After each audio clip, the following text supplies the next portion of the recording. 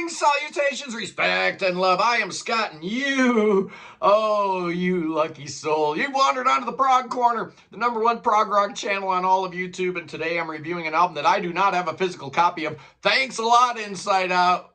Thanks a lot. I don't know what you're doing, man, but I don't like reviewing albums without having something to show. Just saying, just saying. Anyway.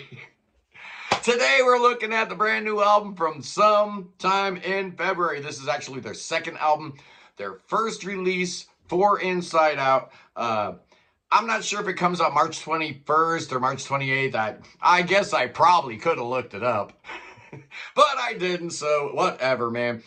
This is the brainchild of Tristan Allman, great guitar player. He's the touring guitar player for Between the Buried and Me. So if that means anything to you, couple dudes from that band guest appear on here. And this is a three-piece band out of Charlotte, North Carolina. They put out a EP in 2021, which was just Tristan. Then he brought in Morgan Johnson on bass and Scott Barber on drums, and they put out a full length called There Goes in 2023. Now we've got the second full length, Where Mountains Hide. Yes, indeed. And I said we had some guests. We got Paul Wagner and Dan Briggs from Between the Buried and Me show up on here. Eric Gunther from The Contortionist. And you get a little sax solo by Rich Castillo on one track. The album is produced by Jamie King. If you're a Between the Buried and Me fan, you know he's done a lot of work for that band. I guess they did a album release show in South Carolina a couple weeks ago. They've got 2 dates scheduled in August in the UK. So if you're over there in the UK, go see them, man. Tell them Scott sent you. There's 11 songs on here. It's 49 minutes. There is a bonus track, so that it's only like 3 minutes long. That would bring it up to 52. But the album proper is 49 minutes long, and I do like that. It's instrumental prog metal with a whole bunch of post-rock, a little bit of math rock, a little bit of Indian alternative rock thrown in there. These are young cats, so they're listening to a lot of different things, a lot of different influences here. But let's run down some of these tracks. We're going to run down all of them. What am I talking about? It opens with the best song on the album. You know, why not? Yeah, a lot of people, this is going to be their first taste of this band. So put your best foot forward, and they absolutely do with the song called Palantir. 4.5 minutes long. Fantastic. It's in D flat. A lot of these songs are in keys that make me wonder, all right, maybe we're not doing drop D. Maybe we're doing drop D flat. I don't know. They might be bringing it down a whole, bring that 6th string down, a minor third, and everything else down. I don't know. But it's a great track, really well constructed with some really cool hooks. And you need to have that strong framework, that strong foundation to be able to start messing with stuff and deconstructing melodies and stuff and playing around with time signatures. That only works if the bones are good. And the bones are super good on here. There's a little like fusion change up in the middle that's really unexpected. Then towards the end, you get that post-rock ebo going. I love this track. I've listened to it like 1,000 times already. It's really, really good. Next up is Morning Bird, and this starts out like real basic 4 on the floor, and like, good, we needed some like, straight up rock and roll because that first song was just so crazy. That didn't last long. Song's in E flat, and then the craziness starts in, some double time drum, a lot of double kick. The drummer's fantastic. Again, a little fusion-y middle section to kind of throw you off, and Morgan Johnson's bass sounds really, really good here. Good tone on it. A lot of keys in the background. I wish there were more, right? Maybe they need a keyboard player, right? Because they are a 3-piece. The third song is one that was already released. It's called The Bad Flight. And this is the one that's got Paul Wagner on it. And you've got Rich Castillo sax. Just dynamite. This song's in E, which I didn't expect. You got a little come down section in the middle, and then you really start playing around with the rhythm here. It's just crazy. This is just like PhD level stuff going on here, way above my pay grade. Next track is called Outside In, which makes sense because the band's on Inside Out Records. It's dark and djinty to start the thing out. Real majestic chord progression buried under all that feedback and distortion and stuff like that. You're in F. And then you get some powerful chugging. All of a sudden, we're in D minor, and there's lots of crazy shredding in this track. Really, really good. Pay attention to Scott Barber's drumming on here. Fantastic. I could have used him a little higher in the mix, too. I'm just saying. Seems like the guitars are way up in the mix and everything else kind of buried a little bit between the buried and me. Next up is a 51-second prelude called What Was Heard. Fantastic, man. This dude's guitar tone is so gorgeous. It's just beautiful. Leads you right into What Was Said. You're in the same key signature. They carry it over from the previous track. You're in D flat here. And it almost sounds like an indie track to start off, like an indie / math rock, kind of thing that might have been floating around in 2006. Very lilting swing section that's really, really cool. I love stuff like that. It's the surprise turns and, the weird cul-de-sacs that make this album really, really interesting to me. Messing with the tempo a lot here, too. Not just the time signature, but the tempo, speed up, slow down.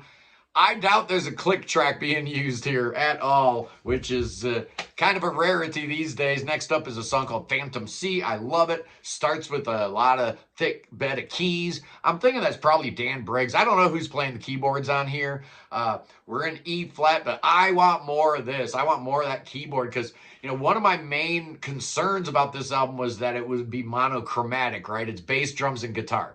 Doing instrumental prog metal. We don't even get vocals to kind of break things up. So I was worried that these songs might be a little samey. Not really so. Even though there is a really cool proggy middle section going on here. Yeah, all these songs have that kind of stuff going on. Ends with a beautiful clean guitar. Just gorgeous. Phantom C, good track. Next up is called Bury You. This is the heaviest song on the album, even though it doesn't start out that way, but it gets super dense with lots of distortion. You can hear Morgan's bass actually here, and this is a rarity. You got a lot of synths here, but a lot of the prog metal production I got a problem with in that you can very rarely hear the bass guitar player, but you hear him here on this song. A very djent influenced track. Like I said, the heaviest song on the album. That leads you to the 2-part Homeworld. Homeworld 1's called Green Mountain. Kind of got an alternative rock feel. You're in G flat. And the drummer here, Scott Barber, really shows that he's been paying attention to Rush.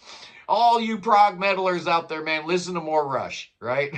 Don't skip Neil Peart in your education on how to be a prog rocker. Absolutely not. It ends with this really cool piano theme, and then it gets heavy with the piano in the background. Really, really neat. I love it. Then we get into Homeworld 2, Dislodged. It's a shorter track, like 2.5 minutes long. Really heavy, distorted, lots of dissonance and aggression. It's loud and really nebulous, kind of shape-shifting. Very cool track. It only lasts 2.5 minutes, but it's awesome.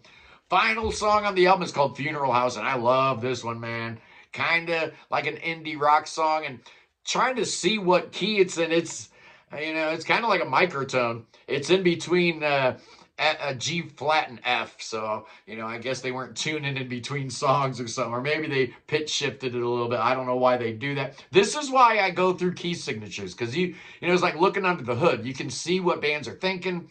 When you see how a song is constructed, it tells you a whole lot about, where their headspace was at, or what instrument they're using, or what tuning they're in, all that kind of stuff.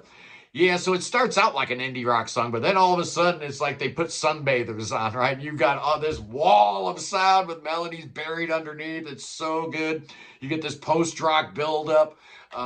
Excellent footwork, man. This guy, Scott, his pedal work is fantastic. Hitting a double bass drum like a madman. Beautiful ending. Fantastic song. There is a bonus track, which I really, really like. It's called There's Nothing Here But Technology.